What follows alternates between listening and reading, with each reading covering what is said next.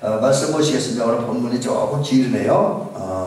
히브리서, 신약성경 히브리서 13장 1절부터 17절입니다. 신약성경, 제가 가진 성경으로 368면 뒷부분부터 찾는 게 빠를 것 같습니다.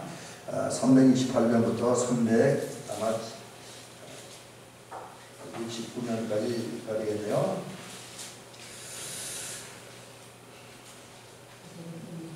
히브리서 13장 1절입니다. 히브리서 13장 1절부터 17절까지.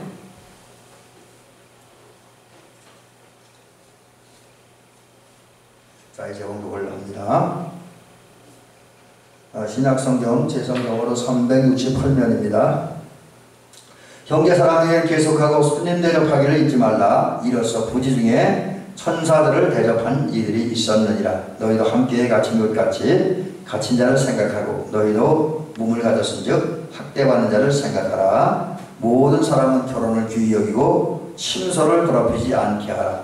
음행하는 자들과 가늠한 자들을 하나님이 심판하시리라. 돈을 사랑하지 말고 있는 바를 족한 줄로 알라. 그가 친히 말씀하시기를 내가 결코 너희를 버리지 아니하고 너희를 떠나지 아니하리라 하셨느니라. 그러므로 우리가 담대히 말하되 주는 나를 돕는 이시니 내가 무서워하지 아니하겠노라. 사람이 내게 어찌하리요 하노라. 하나님의 말씀을 너희에게 일러주고 너희를 인도하던 자들을 생각하며 그들의 행실의 결말을 주의하여 보고 그들의 믿음을 본받으라.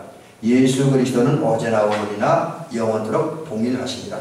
여러 가지 다른 교훈에 끌리지 말라. 마음은 은혜로서 굳게 함이 아름답고 음식으로서 할 것이 아니니 음식으로 말미암아 행한 자는 유익을 얻지 못하였느니라.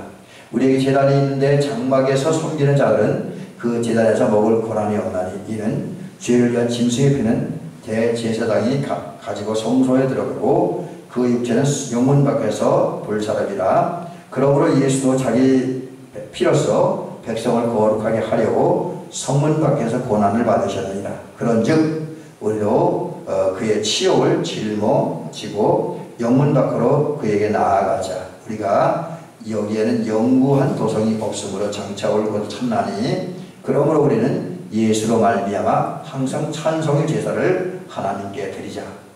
이는 그 이름을 증언하는 입술의 열매니라. 오직 선을 행함과 서로 나누어 주기를 잊지 말라. 하나님은 이 같은 제사를 기뻐하시느니라. 너희를 인도하는 자들에게 순종하고 복종하라. 그들은 너희 영혼을 위하여 경성하기를 자신들이 청산할 자인 것 같이 하느니라. 그대로 하여 즐거움으로 이것을 하게 하고 근심으로 하게 하지 말라. 그렇지 않으면 너희에게 유익이 없느니라. 아멘.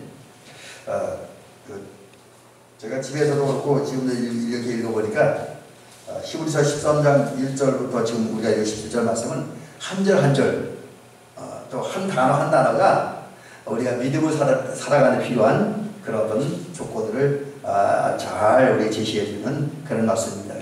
그래서 한 절 한 절을 살펴보면 더 이제 믿음으로 어떻게 살아야지 발견하지만 지금 짧은 시간에 그럴 수는 없고요. 본문을 통해서 몇 가지 말씀을 아니면 어떤 경우는 말씀 몇 군절을 묶어서 우리 믿음의 사람들이 어떻게 살아야 되는가 이제 이것을 생각을 해보려고 합니다. 그래서 오늘은 믿음의 사람이 사는 길 이런 제목으로 함께 말씀을 살펴보면서 은혜를 받도록 합니다.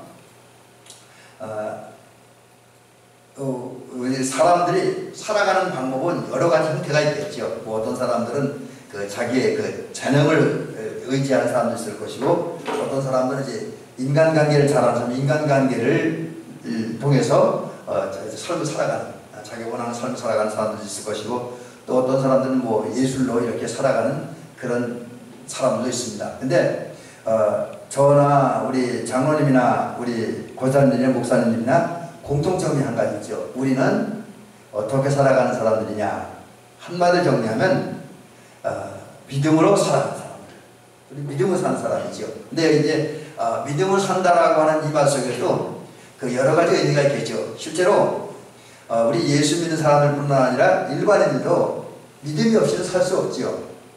뭐 예를 들어서 가정생활을 하는 사람도 가족에 대한 믿음이 있어야 가정생활이 가능하잖아요. 또 이제 우리 뭐 목사님도 그렇고 우리 장로님도 그렇고 운전하시는데, 운전할 때 운전하는 분은 뭐 옆에 탈 사람 모르겠어요. 근데 운전할 때 보면 느끼는 게 마음 놓고 운전하려면 그 차에 대한 확신이 있어야 돼요. 이 차가 내가 이렇게 운전해 갈 때 고장나지 않고 목적지까지 잘 갈 수 있을 것이다. 아무 탈 없이 이런 확신이 있어야 운전도 마음 놓고 하죠. 뭐 어디가 불안정해서 아니면 언제가 멈출지 모른다. 그러면은 불안해서 운전할 수가 없습니다. 이제 운전도 그렇고 뭐 기계도 그렇고 거기는 믿음이 있어야 우리가 기계를 적절하게 사용할 수 있고 또 인간의 삶은 정상대로 유지가 됩니다. 그래서 믿음은 모든 곳에 아주 근원이 되고요. 또 모든 곳에 진행 과정도 되고 힘도 되는 거죠. 그래서 인간은 다 믿음을 살긴 합니다. 근데 이제 어떤 믿음을 살아가냐, 이게 중요한 거죠. 그런데 우리는 어떤 믿음을 사는 사람들이냐면 우리는 예수님을 믿는 믿음, 예수를 믿는 믿음으로 사는 사람들입니다. 그래서 예수님을 믿는데 바로 믿어야죠. 저는 바로 믿어야 됩니다. 이제 어떤 분의 설교를 보면 사람들은 믿음이라고 생각하는데 성서적인 면을 가만히 살펴보면 믿음이 아닌 것들이 꽤나 많이 있다는 거죠. 그래서 야고보도 귀신의 믿음을 얘기하잖아요. 귀신도 하나님은 한 분이니까 믿고 떠든다, 그렇게 말하잖아요. 근데 그러면서 귀신의 믿음은 참된 믿음이 아니다, 이렇게 말하고 있고요. 또 그러면서 결국 행함이 없는 믿음은 죽은 것이다. 행함이 없으면 마음으로만 믿는 건 믿는 거죠. 근데 그 마음으로 믿는 것은 몸으로 실천하지 않으면 참된 믿음이 아니다, 살아있는 믿음이 아니다, 죽은 믿음이 아니다, 이제 그렇게 얘기를 하죠. 그래서 우리 예수님을 믿는데 어떻게 믿느냐, 그게 중요해요.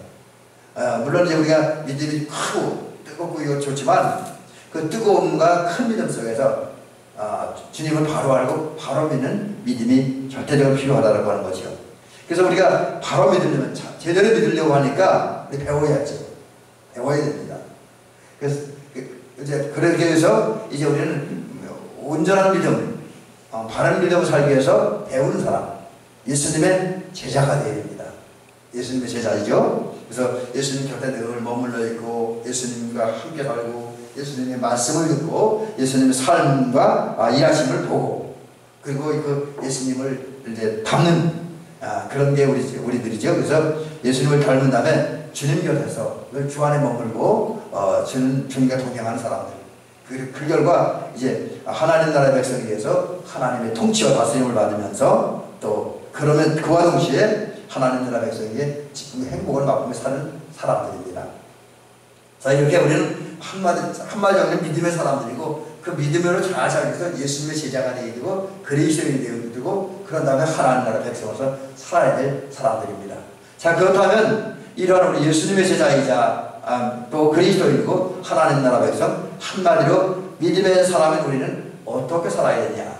근데 우리는 어떻게 사는 게 중요한데 결론은 겁니다. 우리는 신분에 맞게 믿음을 사는 사람답게 그리스도인답게 예수님의 제자답게 하나님 나라 백성답게 살아야 된다라는 것이죠. 성경은 우리들에게 가르쳐주는 것이에요.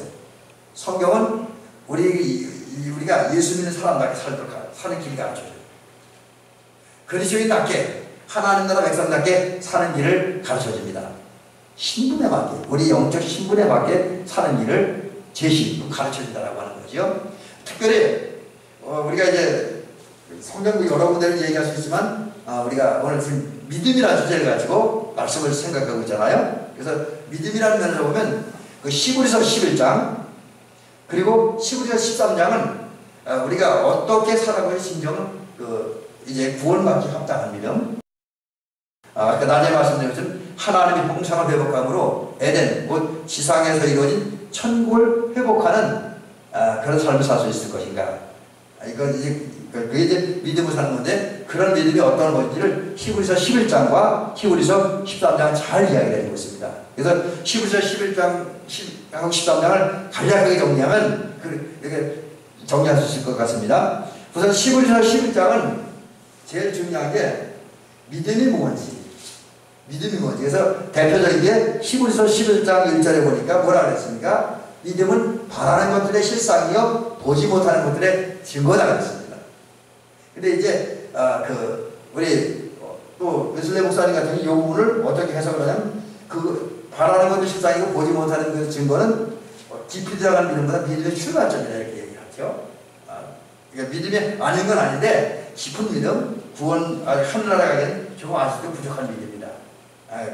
그래서 바라고 보지 못하는 것을 바라고 있는 것 그거 정도까지는 안 된다.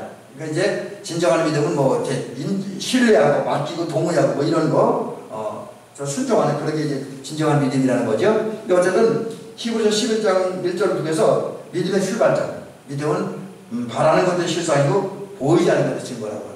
이게 딱 한마디로 보이지 않는 것, 손으로 만질 수 없는 것을 바라고 믿는 것이 신앙이다. 이런 얘기해주고 있죠. 그리고 히브리서 11장 6절 같은 경우는 믿음이 있어야 하나님을 기쁘시게 될 수 있다. 그래서 적어도 우리가 하나님을 기쁘게 해드리려면 하나님이 살아계신 것과 자기를 찾는 자들에게 상 주시는 믿어야 한다는 거죠.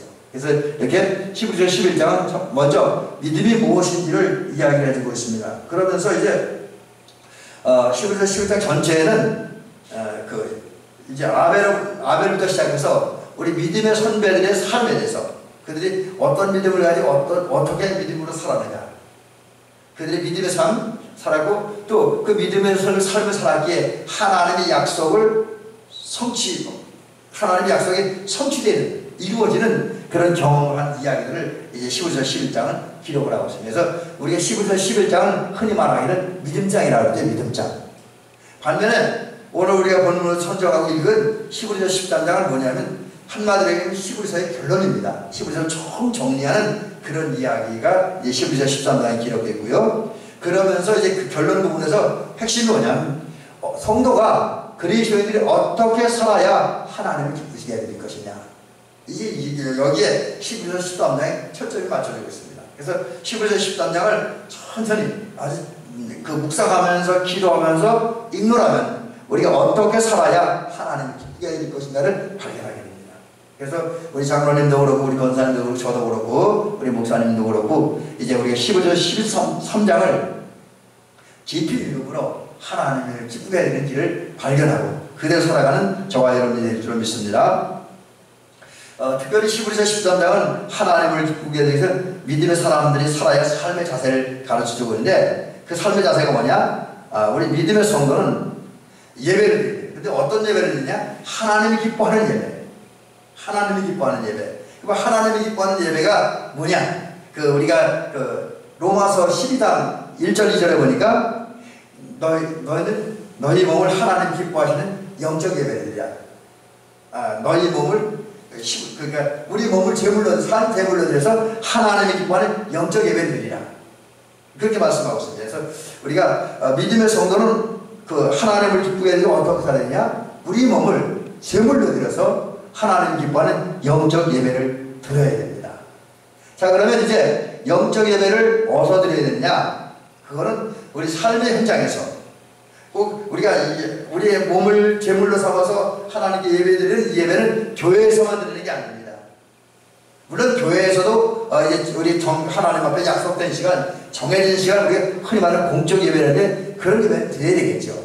그러나 우리 진정한 예배를 드릴 자리는 우리 삶의 현장입니다. 삶의 가정일 수 있고 일터일 수 있고 거기서 물론 우리가 무릎을 꿇고 기도하고 예배 의식을 행하는 건 아닙니다. 하지만 우리는 가정에서 살아갈 때도 일터에서 일을 할 때도 하나님 앞에 예배드리는 하나님의 헌신하는 하나님의 영광 돌리는 그리고 그러면서 역사적 사건 속에서 또 어떤 주변 사람 중에 들려오는 하나님의 음성을 듣고 결단하는 그런 자세를 가지고 살아야 된다는 거죠. 그게 바로 삶의 자리에서 실천한 예배입니다. 그래서 어쨌든 우리는 삶의 자리에서 하나님 앞에 예배를 드리면서 땅에 사는 동안에 이제 하나님 기뻐하는 예배를 드리는 삶을 살아야 돼요. 그래서 이제 좀 더 구체적으로 땅에 사는 동안 우리가 어떻게 살아야 하나님 기뻐하는 삶인지 그래서 좀 더 이제 오늘 본문을 통해서 구체적으로 한번 살펴보려고 합니다. 우선 우리가 하나님 기뻐하는 삶을 살기 위해서 이제 우리가 오늘 히브리서 13장을 보면 사랑과 섬김의 삶을 살아야 돼요. 사랑하고 섬기는 삶을 살아야 된다라는 것이죠. 오늘 본문이 히브리서 13장 1절과 2절을 통해서 히브리서 기자는 또 그 주님은 우리에게 우리가 하나님을 기뻐하는 예배를 위해서 이렇게 살아야 된다 말씀하는데 뭐라고 말씀하시냐면 히브리서 13장 1절에서는 형제 사랑을 계속하고 형제를 사랑하라는 거예요. 그래서 저는 오늘 사실 집에서 말씀 준비할 때까지만 해도 그 생각을 안 했는데 여기서 기도하는 가운데 우리 이제 장로님 기다리고 목사님 기다리고 권사님 기다리면서 기도하는데 그런 생각이 들어요. 형제가 뭘까?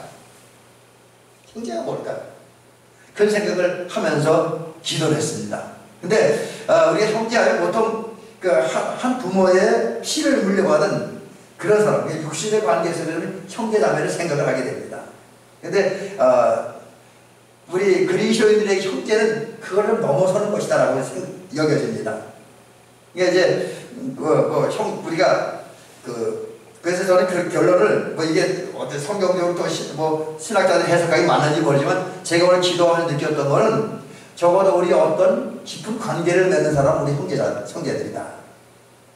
우리의 깊은 관계, 특히 주 안에서 예수 그리스도 안에서 믿음으로 사랑으로 은혜로 어떤 관계를 맺는 사람은 우리 형제다라고 하는 거지요.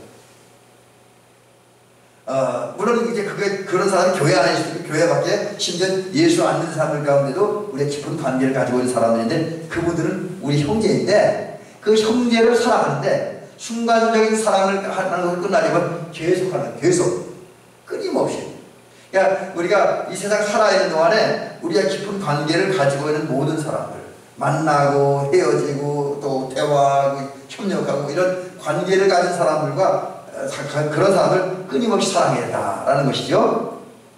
그 다음에 우리가 사랑과 섬김의 삶을 살기 위해서 히브리서 13장 2절에서는 뭐라 하는 손님 대접하기를 힘쓰라. 손님 대접하기를 잊지 말라. 손님. 여기서 손님은 누굴 말하냐면 정확히 얘기하면 특별히 구약성경의 표현을 빌리자면 나그네를 말합니다. 나그네. 그래서 죄송합니다. 손님 대접하기를 잊지 말라고 하는 건 나그네 대접하기 잊지 말라. 다른 말로 나그네를 열심히 대접하라는 거죠. 나그네 누굽니까? 그냥 우리가 늘 머물러 있고 우리 깊은 관계를 갖고 있고 우리가 늘 교제하고 서투르고 협력하는 관계에 있는 그런 사람들이 아닙니다. 또 나그네는 우리가 잘 아는 사람도 아닙니다. 잘 몰라요. 오늘 아침에 이제 새벽기도 끝나고 이 주호를 만들면서 이찬수 목사님 설교를 들으니까 이제 그런 얘기를 하시더라고요. 요새 분당 우리 교회 성도님들이 직접 목사님은 대놓고 못 그러고 당신들 가족들끼리 모이거나 아니면 가든지 어떤 대화가 되는 사람들끼리 모임 그런 얘기를 한대요. 무슨 얘기냐면 그 교회가 지금 몇만 명 모이는 교회인데 그 교회를 29개 교회로 나눠서 다 지금 교회를 흩으려고 그래요. 그래서 그냥 정해진 구역으로 가게 됩니다. 그래서 결국은 이제 분당 우리 교회는 얼마 있으면 교회가 흩어져요. 큰 교회가 아주 큰 분당 우리 중심교회만 한 5,000명 정도 되고 나머지는 몇백 명이 될 수도 있고 1,000명이 될 수도 있고 다 흩어진다 그래요. 근데 그리고 교회 담임 목사님들을 이제 교회에 와서 인사위원회에서 이제 초빙을 해서 정해졌다 그래요. 이제 그분들하고 나가서 목회를 하는데 따라가야 할 성도님들이 일부 그러는데요. 나 그 목사님 모르는데 한 번도 만나본 적도 없는데 어떻게 그 목사님 믿고 따라가냐 그렇게 얘기를 한다는 거죠. 그러니까 이제 한마디로 보면 이분들에게 그 목사님은 처음 만나기 때문에 어쩌면 나그네와 같은 곳일 수 있다고 하는 거죠. 그래서 믿을 수도 없고 알지 못하는 그런 사람들입니다. 근데 주님은 오늘 본문을 통해서 그런 사람들 나그네 처음 만났습니다. 그리고 만나고 이 만남도 오래 가잖아요. 금방 헤어져야 돼요. 그리고 헤어져야 될 뿐 아니라 이 사람들에게 내가 잘해준다고 해도 그 사람이 나에게 내가 베푼 은혜를 나에게 갚을 보장도 없습니다. 어쩌면 내 뒤통수를 치고 갈지도 모릅니다. 나를 유익하는 상관이 없는 사람들이라는 거죠. 그런데 주님은 오늘 본문을 통해서 그런 사람들을 형제나 자매로 알고 형제 자매처럼 대접하는 거죠. 사랑의 마음을 가지고. 그것이 하나님 기뻐하는 산 믿음을 가지고 있는 것이라는 거죠. 자, 그러면 주님께서 나그네를 또 형제를 이제 형제처럼 사랑하고 대접하라 했습니다. 이것은 왜 그래야 되냐? 가진 자이기 때문에. 성도는 가진 자이기 때문에 대접하는 거죠. 사랑하는 손님 대접, 그 나그네, 다른 말로 손님을 대접하고, 또 나와 관계된 사람, 성경적인 용어는 형제를 사랑하는 거죠. 왜? 가졌기 때문에. 그럼 우리가 가진 게 뭡니까? 여기서 가졌다고 하는 것은 우리가 권력을 가졌다, 명예를 가졌다, 돈을 가졌다, 뭐 남들이 가지 못한 대단한 것을 가졌다는 그런 의미는 아닙니다. 우리가 가졌다고 하는 것은 우리가 하나님 나라에 속한 사람들, 믿음의 사람들이잖아요. 그러다 보니까 하늘의 사람들에게, 믿음의 사람들에게 우리는 그 하나님 나라의 왕이신, 하나님 나라의 주인이신 그 주님으로부터 많은 은혜를 받았습니다. 많은 사랑을 받았습니다. 많은 복을 받았습니다. 영적인 거겠죠? 물론 영적인 것뿐만 아니라 일상적인 것도 있는데, 어쨌든 하나님이 우리에게 주신 많은 은혜와 복을 우리는 나그네 같은 사람들, 처음 만나는 지나가는 사람들에게 나눠주라는 거죠. 그들을 형제처럼 여기고, 특별히 그 형제가 어려운 자, 나그네 같은 자를 찾아서 하나님의 은혜를 나누는 삶을 살아야 된다. 이것이 하나님 기뻐하는 영적 예배를 드리는 삶, 또 진정한 믿음의 삶을 살아가는 길이다 라고 주님께서 말씀을 하고 있습니다. 그 다음에 두 번째는 우리가 하나님이 기뻐하는 삶을 살기 위해서, 곧 진정한 믿음의 삶을 살기 위해서는 경건하고 성결한 삶을 살아가야 된다라는 것이죠. 오늘 주님은 히브리서 13장 15절을 통해서 우리에게 이런 말씀을 주고 있습니다. 경건의 삶에 대한 이야기인데, 우리는 예수로 말미암아 항상 찬송의 제사를 하나님께 드리자. 이는 그 이름을 증언하는 입술의 열매니라. 이렇게 말씀하고 있습니다. 여러분, 이 말씀을 통해서 주께서 우리에게 주시는 명령은 뭐냐면 찬송의 제사를 하나님께 드리자. 찬송. 그러니까 찬송을 그냥 노래를 부르는 게 아니라 예배드리는 그 마음으로, 하나님께 영광 돌리는 마음으로 찬송을 하나님께 드리자. 그래서 우리는 이 말씀 기억하면서 늘 찬송하며 살아가야 돼요. 찬송이 우리 삶이 되어야 됩니다. 여러분, 우리가 물론 기도도 많이 하고 여러 가지 성도들이 할 수 있는 일이 많이 있지만, 제가 볼 때 우리 성도들이 삶의 현장에서 가장 자연스럽게 할 수 있는 게 찬송이라고 저는 생각을 합니다. 여러분, 사실 기도하는 거, 물론 이제 일하면서 기도할 수 있지만 일하면서 기도하기 쉽진 않죠. 왜냐하면 집중하는 거 문제 때문에 좀 얘기가 달라질 수 있는데, 찬송은 일하면서 할 수 있고, 운전하면서 할 수 있고, 걸어가면서 할 수 있고, 얼마든지 어떤 상황, 어떤 자리에서 늘 할 수 있는 게 찬송입니다. 그래서 우리가 경건한 삶을 살기 위해서, 또 하나님께 영광을 드리기 위해서 우리는 일상의 삶 속에서 늘 하나님을 찬송하며 살아가는 저와 여러분이 될 줄 믿습니다. 근데 찬송을 하려면 뭐가 필요하냐? 우리가 주의 구속의 은혜에 젖어들어야 된다는 거지요. 주의 은혜에 젖어들어야 된다. 다른 말로 하면 이게 뭐냐면 은혜 속에 푹 빠져 들어가야 된다는 거죠. 하나님이 나를 구속하신 그 은혜에 감사하는, 그래서 그 감사에 너무 감사해서 주의 은혜에서 푹 빠져들어가는, 그리고 그 주의 은혜의 구속의 은혜 안에 머물러 있는 그런 삶을 살아갈 때 하나님을 찬양할 수 있다라고 하는 거죠. 또 이제 우리가 경건과 절제의 삶을 살아가야 된다는 거죠. 하나님 기뻐하는 삶을 살기 위해서 경건과 절제의 삶을 살아가야 하는데, 오늘 성경은 우리에게 경건과 절제의 삶을 살기 위해서 구체적인 대안을 제시해주고 있습니다. 가정을 생각해서, 아내를 생각하고, 남편을 생각하고, 자녀를 생각하고, 부모를 생각해서 음행을 금지해야 된다는 거죠. 음행을 금지. 이거 더 이상 말씀드리지 않을게요. 그 다음에 우리가 사실 성도들마다, 또 사람마다 뭐 재능이나 또는 뭐 물질이나 여러 가지 면에서 나름대로 받은 것이 있어요. 근데 사람들의 욕구는 더 많이 갖고 싶지 않아요. 더 많이. 예를 들어서 이제 처음에 돈이 없는 사람은 한 달 수입이 한 100만 원만 되면 좋겠다, 그렇게 생각을 해요. 근데 100만 원의 수입이 채워지면 그 다음 거기서 감사하고 만족하는 것이 아니라 그 다음 200만 원이 채워지면 좋겠다, 그런 생각들을 하게 되잖아요. 인간의 욕구는 끊임이 없습니다. 근데 주님은 오늘 성경을 가르쳐주는 게 그렇게 하지 말라는 거예요. 하나님께서 우리에게 주신 것, 물론 그것이 내가 필요한 곳에 넘칠 수도 있고 모자랄 수도 있습니다. 그렇지만 모자라든 아니면 넘치든 그것에 연연하지 말고 하나님이 주신 것 감사하고 만족하라 라고 하는 것이죠.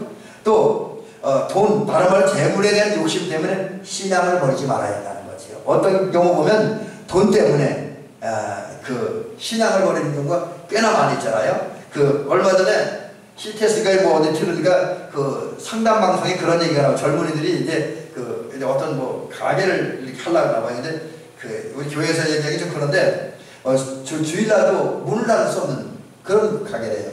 그리고 또 가끔가다 그 직업상 어쩔 수 없이 뭐 이렇게 술도 팔고 그런 일을 한다고 합니다. 근데 그것에 대해 고민하는 거죠. 예수 믿는 사람이 이런 것을 했대냐. 또 그런 일을 하다 보니까 주의를 지킬 수 없는 경우도 종종 발생한다라고 하는 거죠. 그래서 그것 때문에 고민하는 그런 젊은이의 이야기도 들어본 적이 있습니다. 근데 어쨌든 사실 그런 것들, 사업, 직장 이런 것 때문에 우리가 신앙을 버리는 경우도 꽤 많이 있습니다. 근데 우리가 경건하고 절제의 삶을 살기 위해서는 돈 때문에, 재물 때문에 신앙을 버리지 말아야 된다라고 주님은 오늘 우리에게 가르쳐주고 있습니다. 그것이 하나님 기뻐하는 삶을 사는 것이죠. 또 다른 경우, 이게 복음이 아닌 다른 경우에 마음이 끌리지 말고 또 육신의 음식에 너무 집착해서 마음 끌리지 말아야 한다. 그것 적절히 내가 육신의 건강을 관리하는 만큼만 먹으면 되어진다라는 것이죠. 며칠 전에 제가 이제 혈압약을 타러 병원에 갔더니만 혈압은 괜찮은데 당뇨가 조금 있다 그러면서 의사 선생님이 그러더라고요. 내가 목사님인지 모르니까 선생님 음식을 좀 적게 드세요 그러더라고요. 음식을 좀 적게 드세요. 그래서 밥을 좀 적게 먹기는 먹어야 되는데 이게 밥만 먹으면 자꾸만 먹게 되는 게 심각한 문제입니다. 그래서 우리가 음식도 좀 절제를 해야 돼요. 그래, 그것도 우리가 하나님을 기쁘게 해드리는 그런 방법 중 하나입니다. 왜냐하면 너무 많이 먹으면 내 육신에도 문제가 생기고 또 잘못 이상한 데로 가기 때문에 그렇습니다. 그 다음에 하나님의 주시는 대로 마음을 굳게 잡아야 된다. 하나님 은혜 받아갖고 믿음을 살겠다고 하는 그리고 또 하나는 경건하게 살기 위해서 또 절제하는 삶을 살기 위해서 그런 각오도 우리에게 필요하다는 거죠. 예수님을 전해야 되는데 예수님을 전하다가 수치와 모욕을 당한다 해도 그 길을 가겠다라는 결단이 있어야 된다는 거죠. 실제로 그리고 결단만 하는 것이 아니라 예수님을 전하다 수치와 모욕을 고난당해도 묵묵히 그 길을 걸어가면서 복음 전하는 저와 여러분들이 되어야 된다는 것이죠. 그것이 하나님을 기쁘게 하는 삶을 사는 길이다. 마지막 하나만 말씀드리고 오늘 설교를 마치도록 합니다. 그 다음에 순종과 복종의 삶을 살아야 된다. 근데 오늘 본문을 보니까 성도가 이제 바른 신앙생활을 하기 위해서 필요한 것들이 있는데 그 바른 신앙생활을 하기 위해서 우리 해야 될 일이 뭐냐면 그 신앙의 인도자, 영적 지도자에게 순종하고 복종해야 된다. 그렇게 말씀을 하고 있습니다. 여러분 신앙의 지도자, 다른 말 영적 지도자는 살아갈 때 다른 걸 가지고 살아가는 게 다른 것들이 살아가는 것이 아니라 영혼을 살아가는 사람이죠.